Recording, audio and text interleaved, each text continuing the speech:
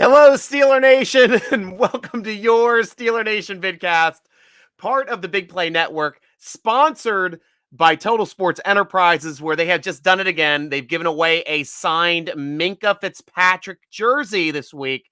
So be sure to be following Total Sports Enterprises on Twitter and also following Steeler Nation at Steeler Nation on Twitter to make sure that you get a chance to winning these great jerseys this week.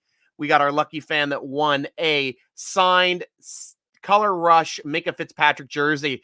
So, guys, we got two new Steelers on the team. Let's welcome our two new Steelers. First one being a linebacker from the Philadelphia Eagles. Been around the league a little bit. Was traded to the Eagles from Cleveland, of all places. They traded actually looks like a 4th-round pick last year so he could be part of their team. Ended up starting in 12 of 16 games that he played in and played the Sam linebacker spot really well.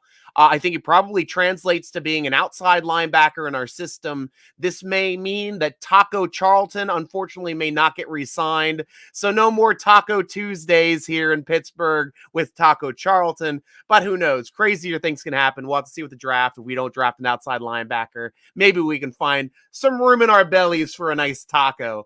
But I'm excited to get Jannard Avery onto the team. Excited to see what he can do. He's more of an upgrade. He actually more of a starter than a lot of the backups we've had here in the past.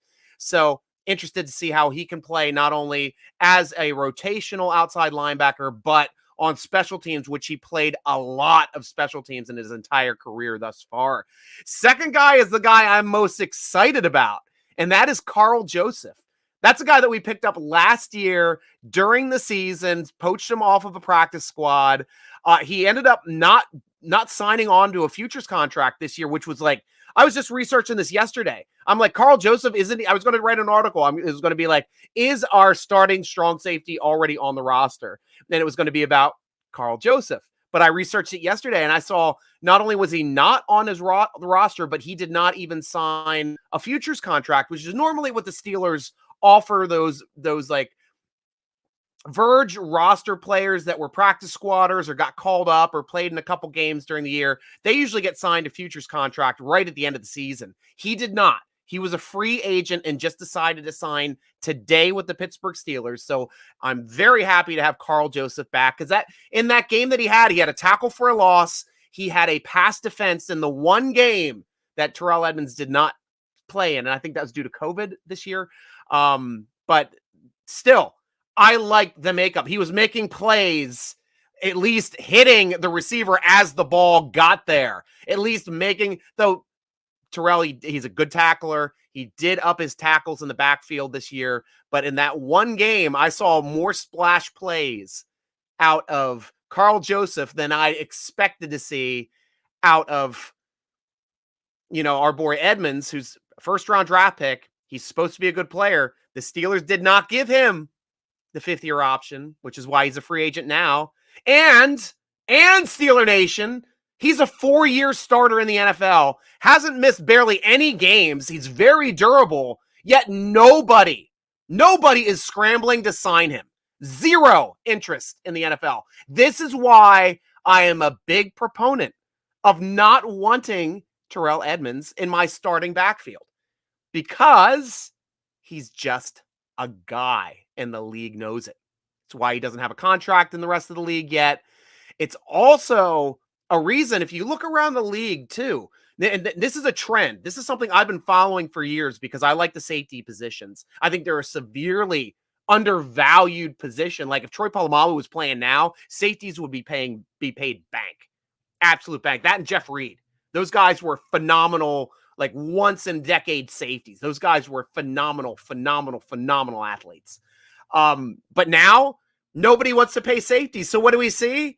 We see Terry and Matthew sitting at home, feet up on the end table, taking calls from Coach T calling me. Oh, that's a big deal. It is a big deal when Coach T calls. When Coach T calls, you answer. So there is some interest with the Steelers there. If Coach T's calling Honey Badger, it means there's interest.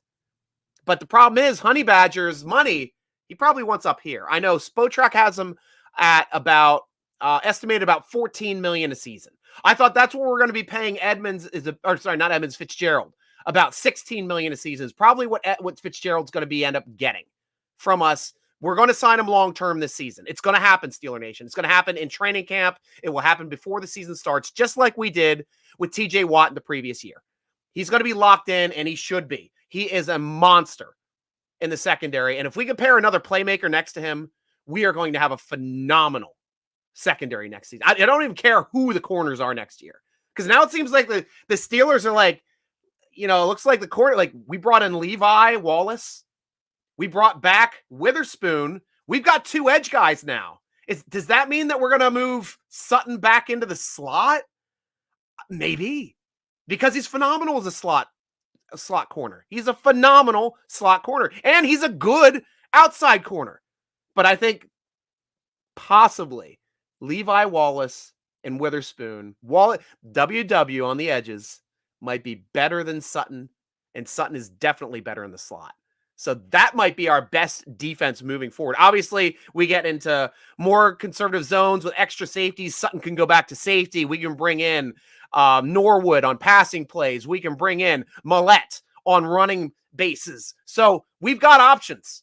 We've got options, Steeler Nation, but I think that might be our best option. But to me, the ultimate option would be to pair a playmaking safety next to Fitzgerald. And getting back on track, since Fitzgerald, Honey Badger's number is about 14 million. He's probably trying to push 16 to 18 million.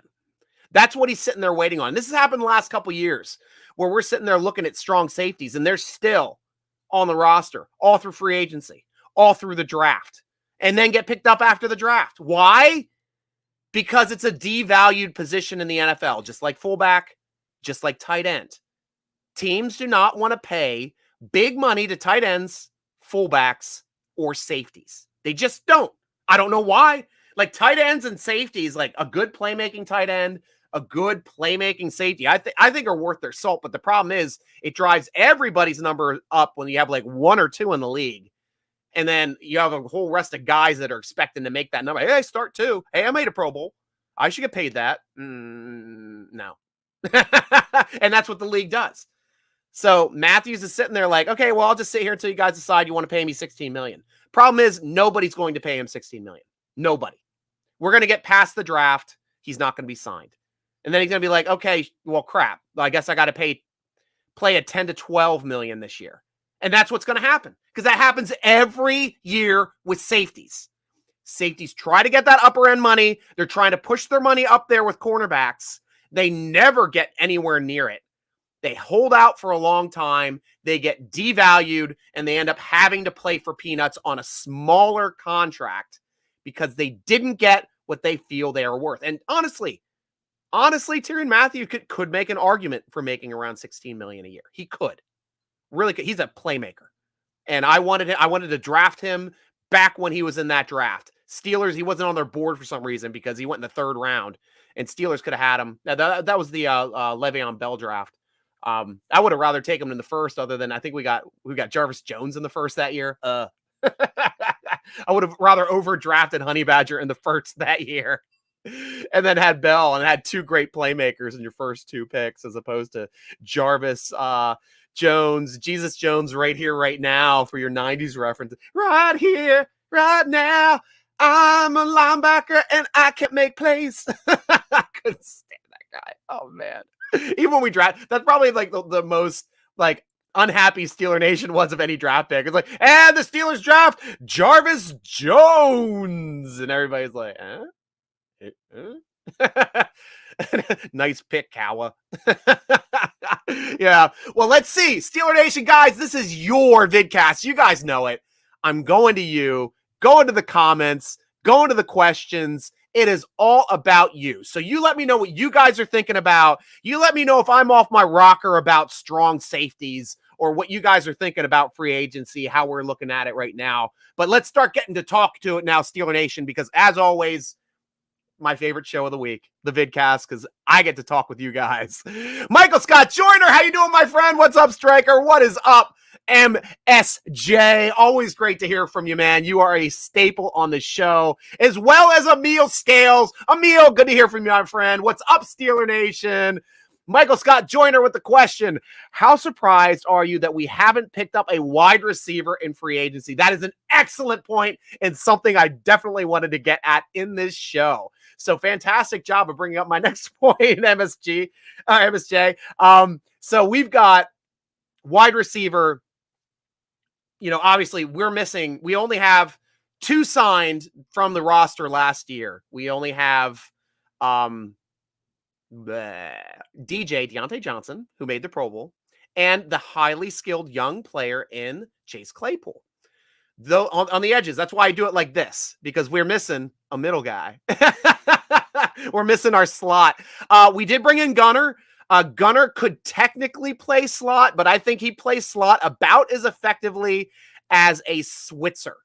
So I don't think he's athletic enough to get open. I don't think he's really going to be a great option as a slot receiver. I think he's more of a special teamer, more of a returner. But we will have to see. But that is an option. We lost Ray to the Raiders. So he's out there playing now as their returner, as their slot. It would have been ideal to bring him back, but that didn't happen. Obviously, our best slot receiver in Juju Smith-Schuster is all playing in Kansas City. And Washington, fortunately, got signed, and he's playing close to his ranch down on the farm in Texas. How about them Cowboys? We got ourselves a homeboy. Bring it on back from high school. Let's welcome back our family friend and James Washington. How about that Cowboy? Yeah. I'm just happy he's closer to his ranch. I love the guy. Personally, I think he's a hard worker. He's a great guy. His problem is he's got great top-end speed. It just takes him a while to get up to it. In the NFL, where you get bumped on the line or you have to make cuts, he does not do well in change of direction. So that is why he has trouble getting open. That's why every catch is just about a combative catch with this guy. And yeah, he can do well if he can get open deep. Obviously, with Ben Roethlisberger throwing, we didn't have the time to wait for him to get open deep. Unfortunately, the playoff game, he caught a couple balls, but that was about it. So now we're talking about free agency. I'm sorry, I get off on tangents, MSJ. You got to yell at me. But yes, this is the point now. Like, you saw all the top end receivers going. I mean, a Jarvis Landry would be an excellent fit in the slot, but he wants to make big money. I'm not paying Jarvis Landry anything over 12 mil to play slot. I'm not paying him. I'd be paying him 6 to 8 mil. And if he sits there in free agency, we might be able to sign him for that. But Steeler Nation, this is the thickest THIIIICEST draft for wide receiver I've ever seen. I am giddy at the fact that the Steelers need 2 wide receivers going into this draft, because the Steelers are going to get their wide receivers in this draft and may get their wide receiver as early as the first round. That's right, Steeler Nation. I believe that the best player available at that 20 slot, if an offensive tackle doesn't fall, if a strong safety doesn't fall, if a stud corner doesn't fall, the value at that spot at number 20 of this draft, we will definitely have a choice between 3 excellent wide receivers. I know we're talking about Dotson at Penn State. We're talking about Sky. Well, Sky might go a little later in the draft. Also talking about guy out of Ohio State. Oh, crike. Forget that guy's name. Gosh, I know it'll come back to me, but we have the fast receiver as well. Williamson, I believe Williams will be available there as well. Who's just a huge size to speed ratio guy. So really, really interested to see who's going to be on the board then and see what happens. Chad Hayes, bringing up my favorite conversation piece here. I mean, how realistic is Honey Badger? Would love to see it, but with the Fitzpatrick extension looming, just seems hard. Yeah, and I talked about that at the top of the show too, Chad. We are paying Fitzy this year, and top end rate to lock in a great safety like Fitzpatrick is going to be 14 to 16 mil. And that's what Honey Badger wants. Honey Badger wants about the same amount too. but he was trying to get, if he got taken early in free agency, it would have been that 16 to 18 million number. It would have bumped up the price tag for safeties, but it's still staying right there at 14 to 16, in my opinion, because the Steelers will go a little bit over that 14 number to lock him in for 4 or 5 years at that number, because that is going to be a steal in 3 years. Because that's the way free agency works, guys. With the increase of the salary cap, with all this new money for new revenue streams, we're talking about streaming now, internet streams, different ways for the NFL to get hundreds of millions of dollars of revenue in, which didn't exist before. Before it was just, we're just going to charge the TV stations a little bit more. Now we got Amazon Prime out there bidding against Twitter, against other streaming platforms to bring you NFL games. And that is a high value number. That's big money. That's why this salary cap is going to start exploding in the next couple years. And it would have exploded already if it wasn't for COVID. But we're going to talk about, like, we're used to seeing jumps like 10 million jumps each year. It usually rose about $10 million each year, the salary cap. Now we're going to see explosive jumps like 20 million, 25 million, 30 million jumps per year. So when you're seeing these contracts like, oh, how can Green Bay afford Brett Favre's son, Aaron Rodgers? How are they going to afford him at $50 million a year? That doesn't make any sense. That's 25% of their salary cap. But when your salary cap's going up 25 million a year, it's up 50 million a year, bam, that already paid for Brett. Done. That was found money paying for Brett Favre. That's why you think about it. So you got great players like we're paying. We put the highest number value ever for a defensive player last year for TJ Watt's contract. Locked him in at that $28 million a year range. And that is going to be a freaking steal next year. We're going to wish we could get the top defensive player for that kind of money, because they're going to start coming in at 30s, 35s, because that's just the way the salary cap works. As the salary cap balloons, all the players' salaries balloons, all the values for each position balloon, and you lock in your guys at the right time at the right value, and the Steelers do it with their guys. We know TJ's going to be here another 4 years, definitely.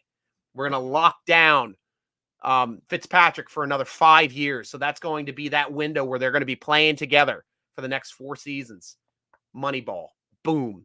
Sign it, seal it, deliver it. And I want to check here too on Cam Hayward's contract. Hayward contract. Just to see how long he's signed for. To see how long, because that is honestly, that's our entire core, is those 3 levels. So he is signed through 2024. So for 2 more years, we're definitely going to have Cam Hayward on track with those guys. Tuitt's supposed to be on their contract for those years as well. Hopefully he can come back and play this year, because man, that is solid. That's freaking solid. You got your core of your defense signed for the next 2 years. Super Bowl window, we got to start opening with a young athletic quarterback. Is Mitchell going to be the guy? Mitchell Trubisky, is he going to be the guy? We'll have to see. We'll have to see if he's just athletic enough to get us to the next step. Justin Benjamin, how you doing? Good to hear from you again, Justin. First round pick is, I'm saying, wide receiver. Like I said, I think the value is going to be wide receiver. I think the highest percentage chance of any position is going to be wide receiver. Though, I'm thinking a trump card will be Malik Willis. If he's on the clock, if he's available at pick 20, he is a Pittsburgh Steeler. The Steelers will take him over anyone. Kenny Pickett may also be a trump pick at that spot. So if nobody starts jumping the Steelers to pick up quarterbacks, if the Steelers don't jump up in the draft to pick up one of those quarterbacks, which I hope they don't, then we can see one of those players signing to the Steelers. I still think it's too high for a Corral or like Ritter, though I like both of them as options, possibly in the second round. We'll have to see. I don't like Howell as much at all, but we never know. But those are the 5 guys that are named in the first round. They can go anywhere. There's no consensus on who's the best. It's all up in the air. It depends on who wants what as a quarterback next season. It's so crazy. Like, we're used to seeing quarterbacks like, hey, number one pick off the board. This is the quarterback. This is the best player in the draft. He's a quarterback. Everybody wants him. Not this year. Not this year. We don't even know. Striker, Brian Brown. How you doing, Brian? Good to hear from you, my friend. Great to hear from you. Kevin McCautry. Kevin McCautry. How you doing, Kevin? Bermuda Bird, how you doing off the site? From SteelerNation.com. That is Bermuda Steeler fan. Tell me your thoughts on Jameson Williams. That's the wide receiver, I believe, that I was just starting to mention. Let me just make sure that we're still talking about the same guy. Yep, the football wide receiver, and that guy is the huge side to speed ratio guy. That was probably my number one choice for wide receiver, being there at that point of the draft. Yeah, he's 6'2", 189, so big boy. I know he runs 4.40. Alabama receiver, 1,500 yards last season, 15 touchdowns. I mean, come on. That type of production, that's easily one of the best, prospects we could think of if he's available at that spot. And that is the money, like, size that you want out of a receiver. That's your metrics for Jerry Rice metrics. It's always like 6'2", close to 200. That is your metrics for the prototypical wide receiver in the league. Very athletic, very fast, much faster than Jerry Rice. Runs a sub 4.4, I believe. And Jerry Rice ran like a 4.7. So I would love to have Jameson Williams. He probably can be competing at that point with Chase for the Z spot. He'd be in as a fourth receiver in 4 wide receiver sets. But but I'm also for if we can get a really quick change of pace guy. And I hear this guy's route running is great too. So maybe we could have him in there. And McCautry, Olave, yep, that was the other guy. The guy from Ohio State that I was trying to mention. That's the guy that I'm a bit more excited about with his route running, with his hands. I think that he is a phenomenal prospect as well. And let me just look up here quickly just to see what his statistics are here close. I mean, obviously not the huge numbers that we just had with Williamson, but 936 yards receiving off of 65 catches, but 13 touchdowns, nearly as many touchdowns. But I love his change of pace. I just think he is obviously he's a slightly smaller guy, 6'1", 189, same weight. So not that much smaller, but both quick twitch athletes. Tell you, I'd be happy with either. That's why I love this pick in the draft, guys, because right here at this 120 spot, we are, if we go wide receiver, we're getting a starter. We're getting a starter day one. And that's what we need, because we are a team that lost a starter in Juju Smith-Schuster. We lost a great fourth receiver in James Washington. And we lost a great slot option with Ray returner. This is the draft to go out and get receivers, and I am all for whoever they want to bring in. Jeff Medley, I'm hoping that Jordan Davis falls to the Steelers at 20. I would love to see him on this defense, and I would too. I have nothing against more defensive line help. We talked about Jordan Davis on the show last time. He's like a freak athlete. If he falls to 20, I would love to have that. That would be Coach Cowher's Trump pick in this draft. If we had him as our coach, this is the guy that Cowher wouldn't want to let slide, and he'd get upset over his general manager if they went to go pick a wide receiver like Troy Edwards instead of getting Javon Curse in that draft. And that was the writing on the wall that split that relationship. And you read his book, he'll talk about that as well. Yeah, crazy stuff. But yeah, I love the athleticism of Jordan Davis. He could be a big help and a long-term helper for our defensive line, especially defensive interior, for years and years and years to come.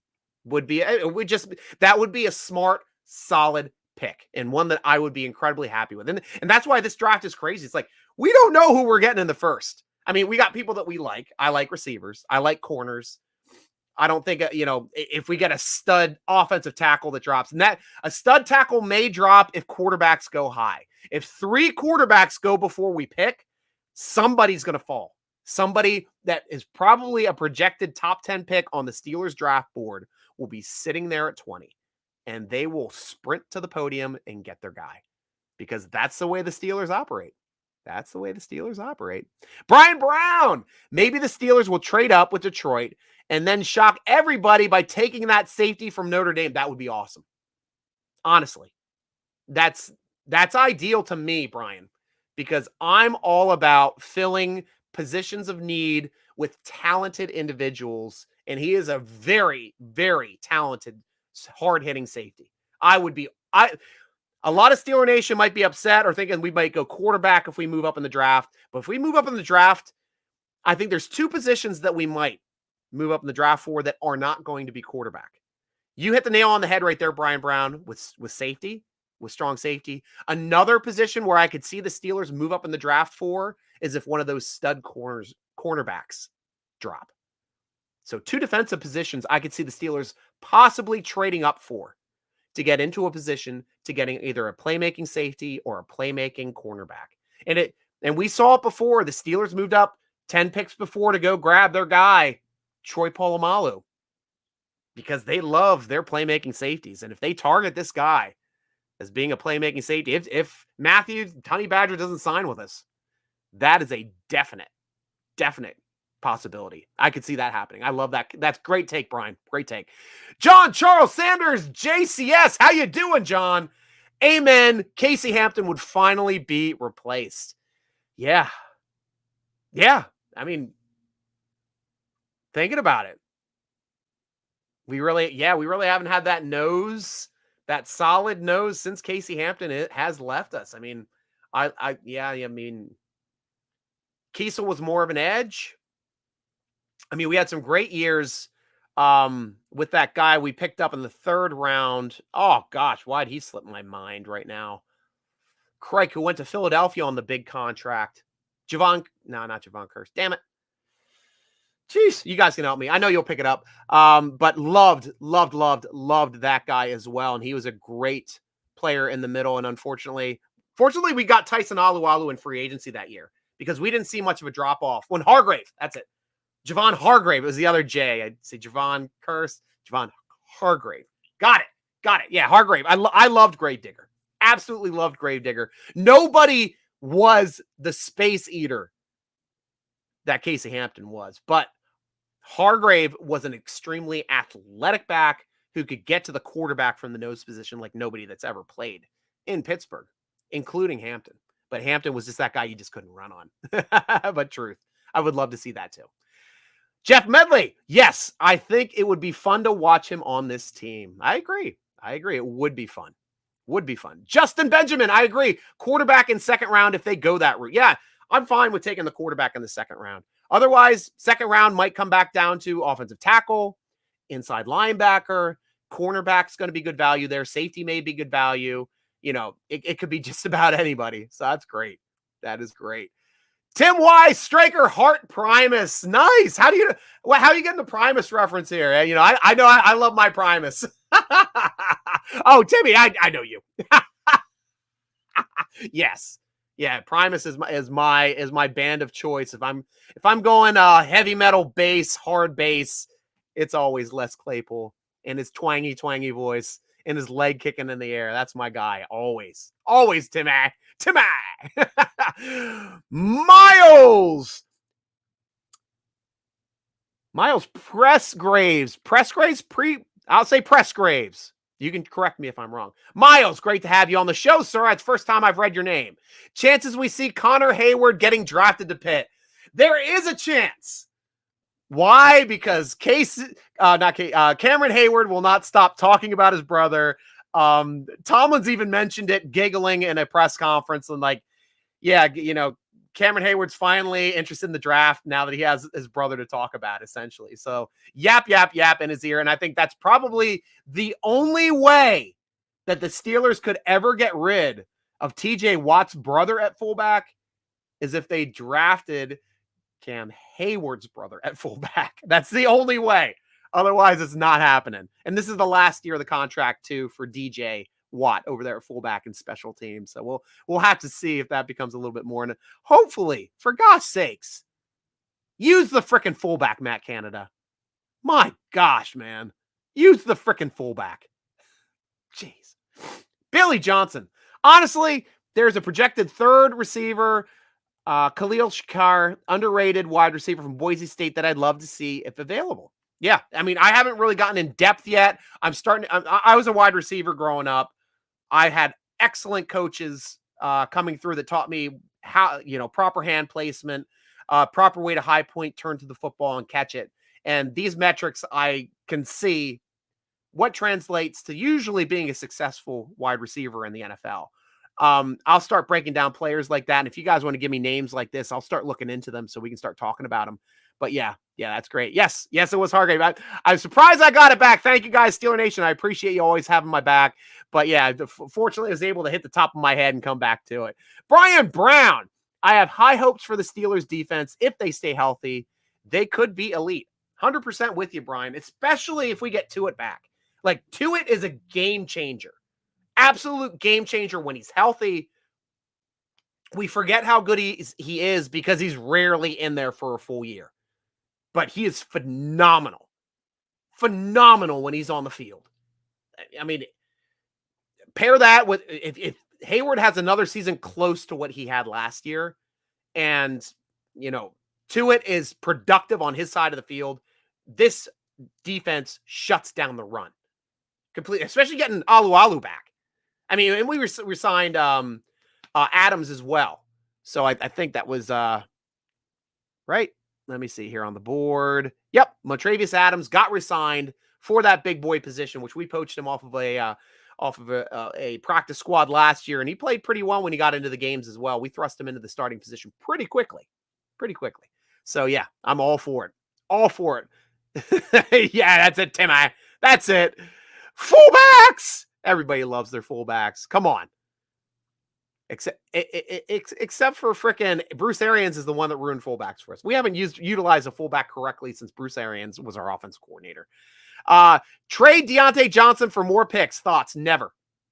Tarnell Jackson. I'm 100% against trading Deontay Johnson. I wrote an article at SteelerNation.com.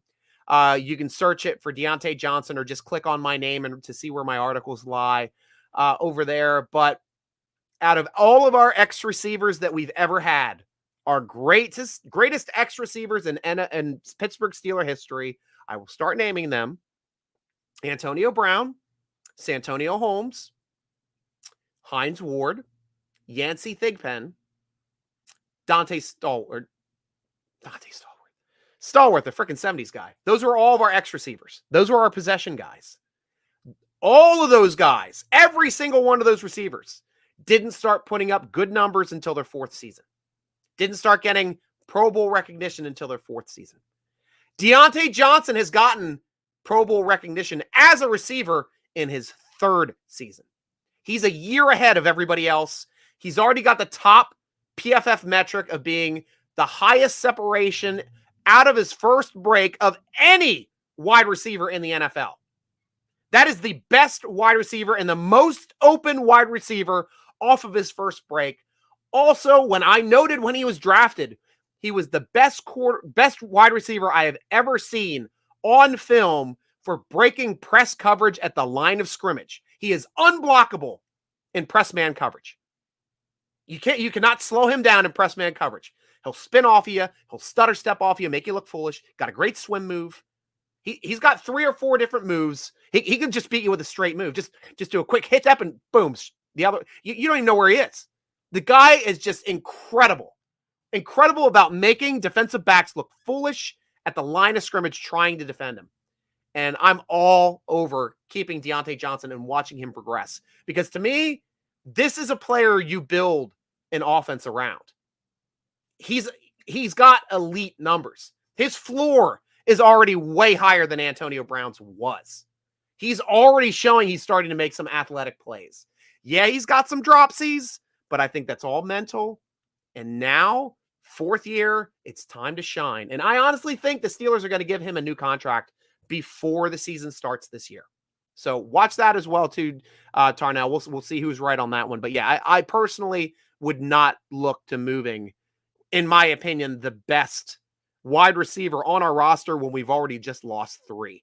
That means our only returning receiver is Chase Claypool, who had a down season last year, so he's a question mark. You don't trade the only exclamation point when you're left with question marks. Brian Brown. Everyone says Canada needs a mobile quarterback. Well, okay, no more excuses. Correct. And that's, Brian, that's what I was talking about last season as well. I was watching the defense, watching the offense last year. We were slightly different. We were slightly different in one capacity. And that capacity was our ability for our running back to break tackles in the backfield. That was it. If we still had Connor, our offense would have been as anemic as it was the previous year. Fortunately, we got Najee Harris. And even though he was getting hit in the backfield, he was getting positive yardage, 1,200 yards, made a Pro Bowl his rookie year, set the Steelers rookie record for both rushing yardage and receptions. Don't forget that, Steeler Nations. And receptions in his rookie season. And the cherry on top, not a single fumble. 0 fumbles. That is ball security. That is what you want in what we have now, a Najee Harris offense. So this past year, I expected to see a new offense with Ben in there. Unfortunately, it was the same exact offense that Ben ran the previous year. We were running a Ben Roethlisberger offense. We were not running a Matt Canada offense. I saw the Matt Canada offense in the preseason. I saw play action. I saw bootlegs with my quarterbacks in the preseason, getting to the edge, making plays down the field. Ben Roethlisberger couldn't run, couldn't move. He was no longer mobile Ben. He was the clock tower, rigid, Big Ben, donging at 12, the 12th dong of midnight, about ready to go off. And that stoic quarterback in his statue stance. Dude couldn't move anymore. He was not the Big Ben of old. He was still tough to bring down because he's a big boy. But we ran a Big Ben offense. I want to see a Matt Canada offense. This is his last chance to show me he's an offensive coordinator because I know he's capable of it. Miles, how you doing? What are the chances I get hired to work for the Steelers? Well, it depends on your resume and your prerequisites. Even though I talk Steelers, I live Steelers, I am Steelers, I read Steelers all day, I don't have a chance of getting hired by the Steelers.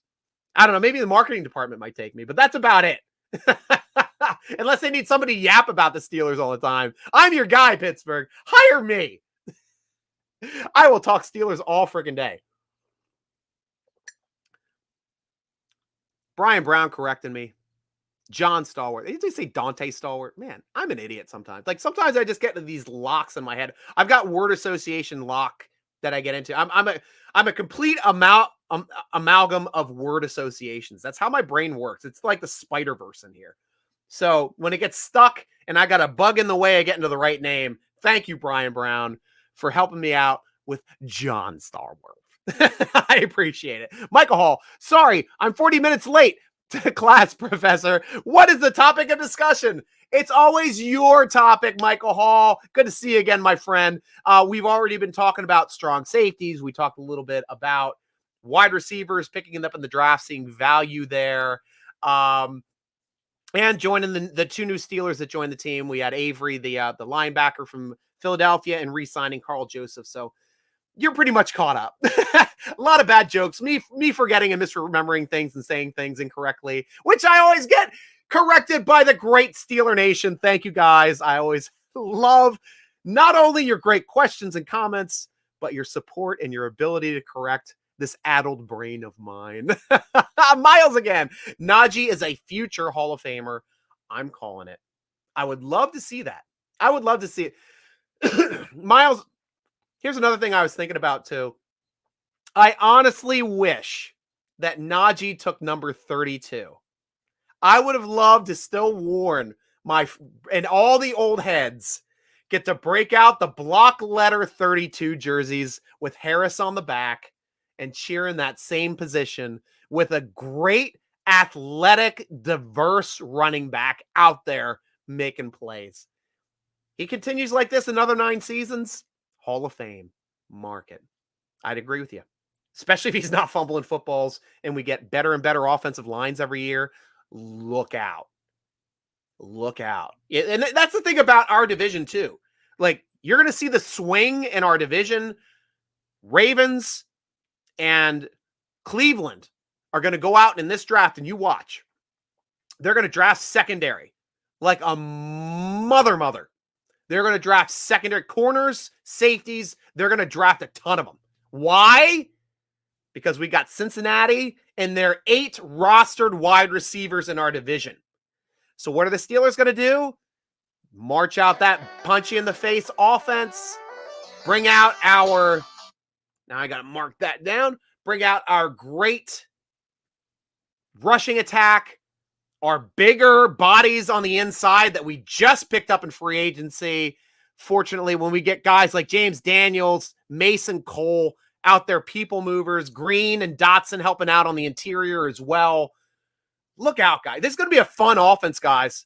It's going to, a lot of the old heads are going to see those 3 yards in a cloud of dust again, and nobody's going to be able to stop it in our division. It's going to be fun to watch, especially when they're going to start swinging to stop Cincinnati and not be able to stop us on the ground. That's going to be a lot of fun to watch. Brian Brown, we got Miller and Bussy, and the other guy's name I forgot. What's that from? Miller and Bussy. Which context are you talking about from that one? I remember that offense. Are you talking about like who our fullback was in that offense? Was that? Geez, I can't remember who our fullback was in that offense for that rushing attack. Miller and Bussy. I know we had Hines Ward as the great blocking wide receiver at that time. But yeah, it'll come to all of us, I guess. Stryker would be awesome at play-by-play with Watt. Oh, with Wolf. Oh, yeah, Wolfley. I love Wolfley. I see myself as more of a color guy, but to tell you the truth, I could lock it down and do play-by-play. Funny enough, I used to be, back in the day, in a former life, I used to be the game day announcer for the women's WUSA League team, the Maryland Pepsi Pride, which at the time was the highest women's league in the United States of America. So I was a professional announcer, and that's, a lot easier to do play-by-play in strict announcing and get all excited. Goal number 42, Jennifer Ripley. That kind of stuff. And stadium announcing, I would love to be the stadium announcer. And I think they're really missing out in the stadium announcer on 2 things. When they go first down and touchdown, it's got to be touchdown and first down, not first down and touchdown. Come on. It's Pittsburgh. Whip out that Pittsburgh ease and wear it like a badge of courage. I would absolutely love stadium announcing. That would be my absolute favorite job, to tell you the truth. Do you think there's a chance the Steelers will trade back in the draft? Yes. Yeah, sure. I think there's a chance. They've done it before, not necessarily in the first round, because first round, like, that's why this draft is so crazy, Jeff. Like I already said, if 3 quarterbacks get taken from the board before we draft at 20, there's no chance of us dropping back. None, 0. Because there's going to be a top 10 pick there at 20. And Steelers are going to rush up and grab their guy. That's just going to be the way it goes. But if it goes like a normal draft, maybe 1 quarterback goes, I don't know, Steelers may or may not want to take who's there. I mean, and it all has to come back is, do you have a dance partner? Is somebody willing to trade with you? The problem is that I see with us probably not getting a chance to even trade back is when you have teams like Philly that have like 3 draft picks ahead of us. Teams are going to be trading with Philly in this draft to trade up, to get the guys that they want, to get ahead of people like us that they think we're going to go quarterback. Honestly, I think that's going to happen. So if that happens, it means like teams have already traded up. When it gets to 20, their guys are off the board. They're not really excited to trade up. Steelers probably wouldn't have a dance partner. So that's the way I foresee this draft happening. It's not like us wanting to trade back. It's that so many other teams have traded up already. there's no dance partner to trade back with at that point in the draft. Michael Hall back again. Rooney needs to sign me as GM. I'll sign Matthew and he can fire me. I don't know how we haven't signed him yet. The reason why we haven't, why no one, Michael Hall, has signed Matthew yet is because no one is willing to pay him what he wants to be paid right now. His number's going to come down, especially if he doesn't get signed before the draft. If he doesn't get signed before the draft, his number's going to plummet. Because teams will be able to write what they will pay for you. And Steelers might be able to get in the 10 to 12 range. 10 to 12 range. And he'll sign out of spite at that point because he knows he'll be a monster. If he plays on the Steelers defense, he knows his numbers will be insane. He's got Fitzy next to him. He's got TJ Watt up front. He's got freaking Cam Hayward putting pressure on the other side of the line of scrimmage. You got Highsmith who's developing. You got Tuitt who may be back there as well. This might be a spot where if he's got to sign for a reduced number, he's going to be like, screw it. I'll sign a 1-year contract. I'm going to go out and I'm going to be making play after play after play, and I'm going to make bank. And he will. And I'd love to have him even on a 1-year contract, to tell you the truth. Absolutely love to have him. Brian Brown, wide receivers on the roster. Oh, was that what you were talking about earlier with Miller? Yeah, with Miller and Bussey. Yeah, wide receivers back then, it would have been Plexico Burress and Hines Ward, where you're at least your edge guys. Antoine Randall L in the slot. That was a great bunch. We had Wilson too there for a bit. Cedric Wilson as a slot guy also, or as a speed guy on an edge too, and came in the slot a bit. But yeah, Randall L was a great middle guy as well. So if that's what we're talking about, yeah, those were the wide receivers. They were great fun. Now, Kruger, I love some Kruger. I love some John Whitman. Oh man, Freddy Krueger. I love some Roosevelt Knicks. Man, I used to just watch. I used to sit back and watch in my position. I've got season tickets. I got a back angle play because I'm like on the diagonal. And anytime I saw Roosevelt Knicks on the field, I'd have my binoculars in and I'm like, who's he going to hit this play? And he'd just decleat whoever he hit. And I'd always loved playing Baltimore because Ray Lewis would get hit hard and he never got getting hit. And we always hit him hard when it was a guy like Knicks coming up to knock him in the mouth. Love that stuff. Press Graves, who is your favorite player currently on the Steelers roster? And who's your favorite in the whole league? Good question. Let's think about it here. Favorite player on the roster right now, and the player that I'd want a jersey for, and I've wanted this jersey for 3 years, ever since it had the Dan Rooney Memorial Shamrock patch the year he died. That is a TJ Watt jersey. TJ Watt is my number one favorite guy to watch. I'm a defensive guy. I always lock on to those great athletic outside linebackers. You know, I fell in love first with Greg Lloyd, back watching my athletic linebackers on the outside. He was my favorite, even when they had, Kevin Green playing across from him. Loved Porter. Loved watching Joey Porter and watching him even come up before he became a starter. Harrison, I loved him even before he became a starter when he was still power bombing Cleveland fans. I was at that game. Loved Harrison.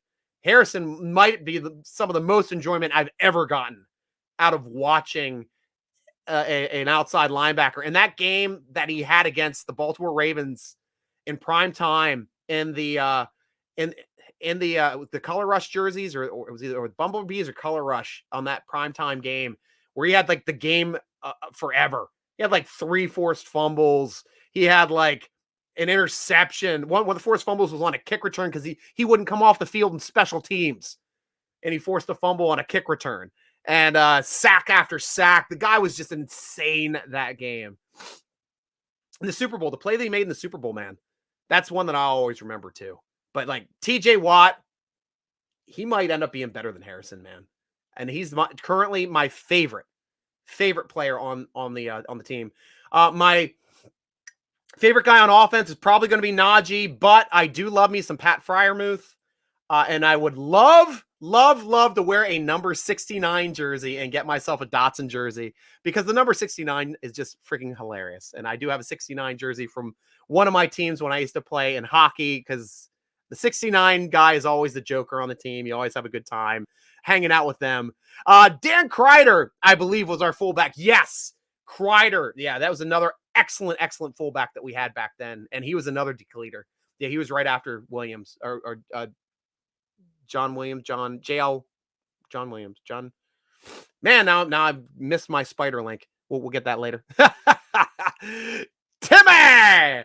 I would enjoy Stryker play-by-play. I actually did some play-by-play last year on Colorcast, but the problem is Colorcast is a format that nobody listens to. It's only iPhones. You can't listen to it on any other media whatsoever, so it's only strictly listed to people on iPhones and tablets. And it was just a dumb, but what I might do this year, Tim, we might be able to sync me to Twitter Spaces. And I might start doing some broadcasts on away games because I won't be going to those games.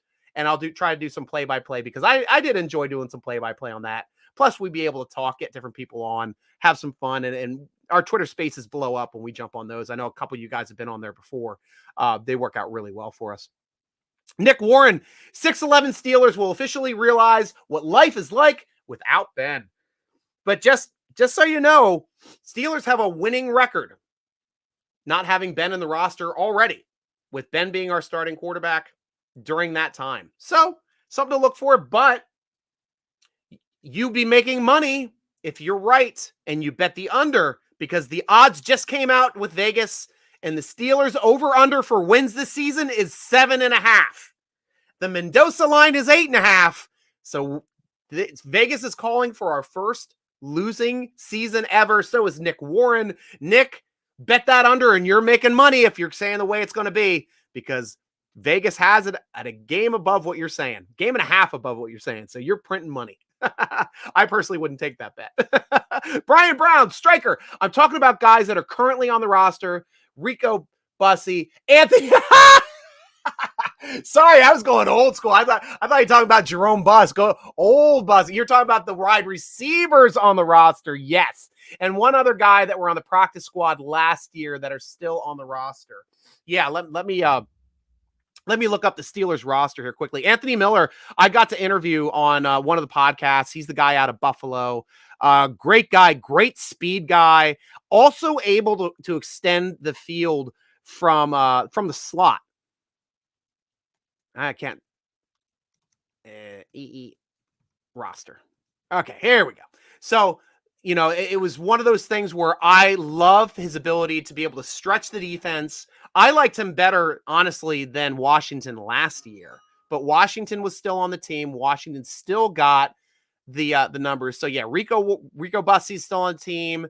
Anthony Miller's still on the team. And Steven Sims. And I think Sims was the guy that we got from Denver. Or no, Washington? Was it? Let me look him up quickly. TVENSIMMS. And that's stats.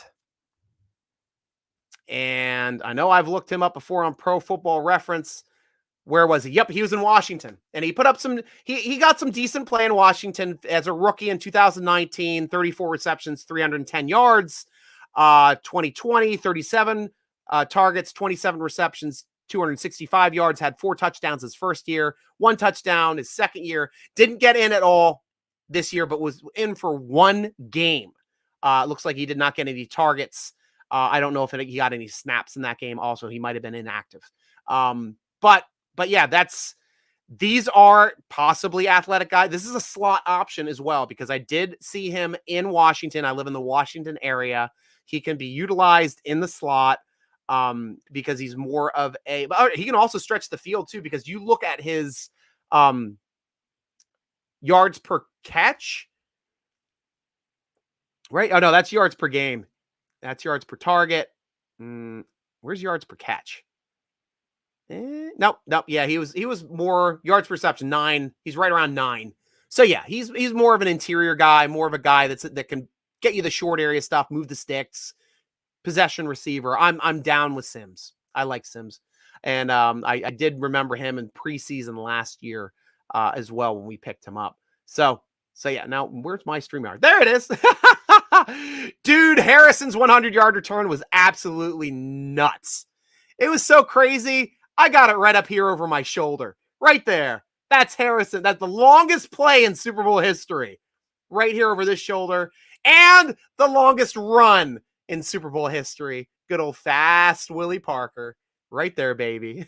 John L. Williams, also a feature back, not always necessarily just a fullback. John L. Williams was actually our feature back in that year where we tried to go pass happy with Maddox. I remember that. That was crazy. But he was a great pickup from Seattle and a smart player and could slobber knock at the line of scrimmage as well. Did like me some John L. Williams. Did definitely love that guy. Charnell Jackson, 95 and 91 made me a Steeler fan. Boom. Green and Lloyd. Who didn't love those two, man? Best linebacker duo ever. Agreed. I mean, we've had some great duos. You know, I don't know duo ever. If you want to say linebacker duo, because Ham and Lambert, probably the best duo ever. But as far as rushing the quarterback, I completely agree with you, Jackson. Completely agree with you. Brian Brown, will Tuska be back?